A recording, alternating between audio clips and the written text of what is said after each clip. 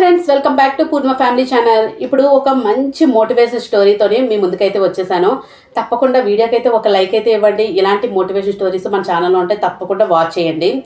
Story ఏంటంటే, చాలామంది ఏదైనా ఒకటి జరిగింది అంటే అమ్మో అంతా మన మంచిగా జరిగింది అని చెప్పేసి అదొక ట్యాగ్ లైన్ వాడుతూ ఉంటారు.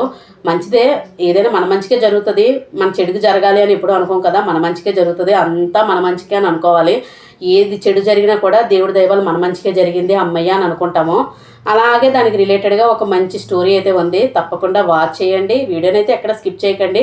మోటివేషన్ కావాలనుకున్న వాళ్ళు తప్పకుండా ఛానల్ అయితే సబ్స్క్రైబ్ చేసుకోండి. కంటిన్యూగా మోటివేషన్ వీడియోస్ కంపల్సరిగా డైలీ వస్తూ ఉంటాయి వీడియోస్. తప్పకుండా వాచ్ చేయండి. స్టోరీలోకి వెళ్ళిపోదాము. అనగనగా ఒక ఊర్లోని ఒక రాజు మంత్రి ఉన్నారు.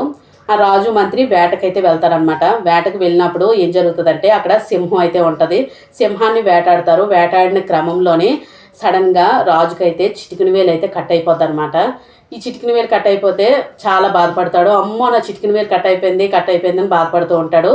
ఇంతలోనే మంత్రి ఏమన్నాడంటే, ఊరుకుంటే రాజుగారు ప్రాణాలు పోవాల్సింది, అలాంటిది చిటికిన వేలే కదా పోయింది, బాధపడకండి అంటే, అమ్మో నువ్వు సరిగ్గా నాకు దారి చెప్పలేదు, కరెక్ట్గా గురి చెప్పలేదు, అందువల్లే, లేకపోతే సింహం నన్ను ఇలాగ చిటికిన వేలు కట్ చేయదు కదా. ఇప్పుడు ఇంటికి వెళ్ళి నా భార్యకి ఏమని సమాధానం చెప్పాలి, నా చిటికిన వేలు పోయింది ఎలాగ ఇప్పుడు అని చెప్పేసి అంటాడనమాట రాజు.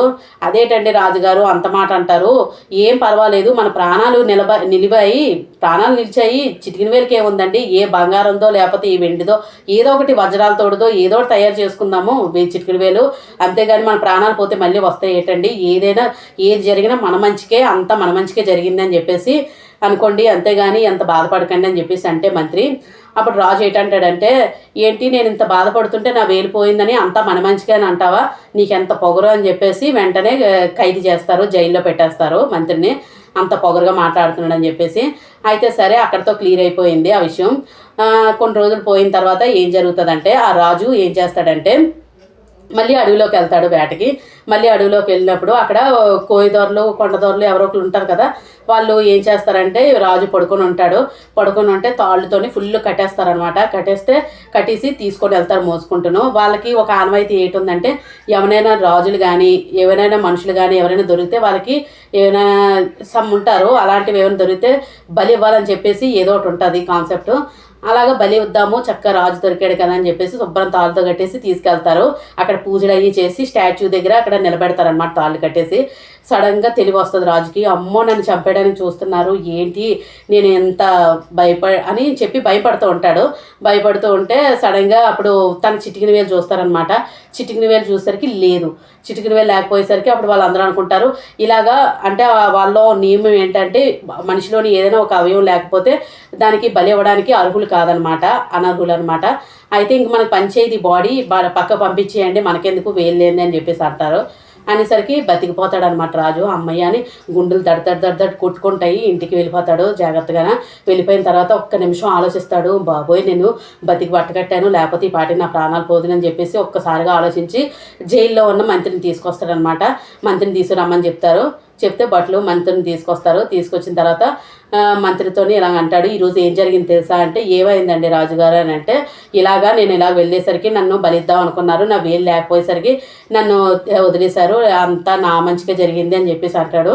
అవునా అండి, మీ మంచిగా జరిగిందా, కరెక్టే కదా నేను ఆ రోజు చెప్పిన మాట అని చెప్పేసి అంటే, ఆ రోజు ఆ వేలు పోవడం మంచిదైంది కాబట్టి మీకు ఇప్పుడు ప్రాణాలు నిలబడ్డాయి, లేదంటే ఇప్పుడు మీరు అంతా బాగుంటే మీకు ప్రాణాలే పోతుంది కదా, అంతా మీ మంచిగా కదండి జరిగింది, నేను ఆ రోజు చెప్పిన విషయం కూడా అదే, అయినా ఇంకా నాకు మంచిగా జరిగిందిలేండి ఇప్పుడు ఈ విషయం కూడా అని చెప్పేసి అంటే, ఏంటి నీకేం జరిగింది, నేను అడవికి రాపోవడం కూడా నాకు మంచిగా జరిగింది అని చెప్పేసి అంటాడు అనమాట. ఏంటి నువ్వు రాకపోతే నీకు మంచి జరగడం ఏంటిది, ఇదేంటి నాకేం అర్థం అవ్వట్లేదని రాజు అంటాడు. ఆ మంత్రి ఏంటంటాడంటే, నేను కానీ పొరపాటుని మీతో పాటు కానీ నేను అడవిలోకి కానీ వచ్చి ఉంటే ఇప్పుడు ఈ వేటకి మీకు అవయవాలన్నీ అది చిటికిన వేలు లేదు కాబట్టి మిమ్మల్ని వదిలేశారు, నాకు అవయవాలన్నీ బాగున్నాయి కాబట్టి నన్ను మాత్రం బలి ఇచ్చేద్దరు, నేను రాకపోవడం అంతా నా మంచిగా జరిగింది, నన్ను మీరు జైలు వేయడం కూడా చాలా మంచిది, నన్ను జైలు వేసారని నేను బాధపడకుండా అది కూడా నా మంచిగా అనుకుని నేను అందులో ఉండడం కూడా నాకు చాలా మంచిదైంది అని చెప్పేసి. అలాగా ప్రతి ఒక్కరూ ఏదైనా ఒక విషయం జరిగిందంటే అంతా మన మంచికే అనే మాట దానికోసం వాడతారు, అంతేగాని ఏదో వెటకారంగా అంటున్నారని మాత్రం ఎప్పుడూ అనుకోవద్దు. దానికి పరిహారం ఏదో ఒకటి తర్వాత చూపిస్తాడు దేవుడు. ఏదైనా అంతా మన మంచికే అనుకోవాలి. ఏది జరిగినా మంచి ఆర్ చెడు ఏది జరిగినా మన మంచికే అనుకోవాలి. ఏదైతే అయ్యింది అది ఎప్పుడోకప్పుడు దానికి ఈ విధంగా ఒక పరిహారం అనేది ఉంటుంది. అప్పుడు అమ్మయ్య అవును కరెక్టే, ఆ రోజు జరిగింది మన మంచికే కదా అని అప్పుడు అనిపిస్తుంది అనమాట. అప్పటి వరకు వెయిట్ చేయండి. అంతేగాని ఏదో అనేసారని చెప్పేసి అక్కడ శిక్ష వేసేసారు మంత్రికి, తర్వాత ఇక్కడ ప్రాణాలు అలా తెలుసుకున్నారనమాట. అలాగే ఏది జరిగినా అంతా మన మంచికే, అదొక్కటి అనుకోండి. అంత మించి మరి ఏమీ లేదు. మీకు ఈ వీడియో నచ్చితే లైక్ చేయండి, షేర్ చేయండి, సబ్స్క్రైబ్ చేసుకోవడం మాత్రం అస్సలు మర్చిపోకండి. Thank you for watching.